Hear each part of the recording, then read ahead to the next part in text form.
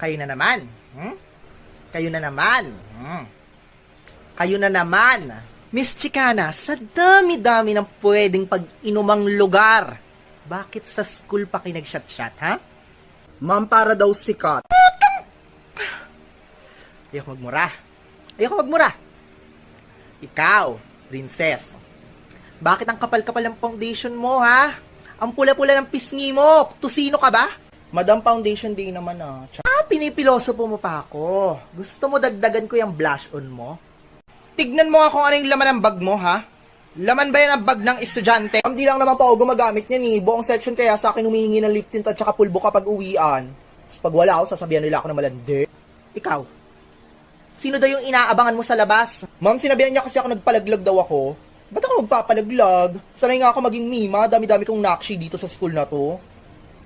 Papalag. Basta gulera kayo! Ganyan ba tinuturusan niyo ng advisor ninyo, ha? Isa ka pa, Camille. Ano din mga status mo sa Facebook? Pinaparinggan mo daw si Jessa? Ang sinabihan po kasi ako, ang dami mong dada, wala ka namang palag. Kung matapang ka talaga, bakit hindi mo itag? Tinag ko siya at Jessa may putok, ang dami pang kuto sa batok. Tapos ngayon magpapaguidance siya, ginawa ko.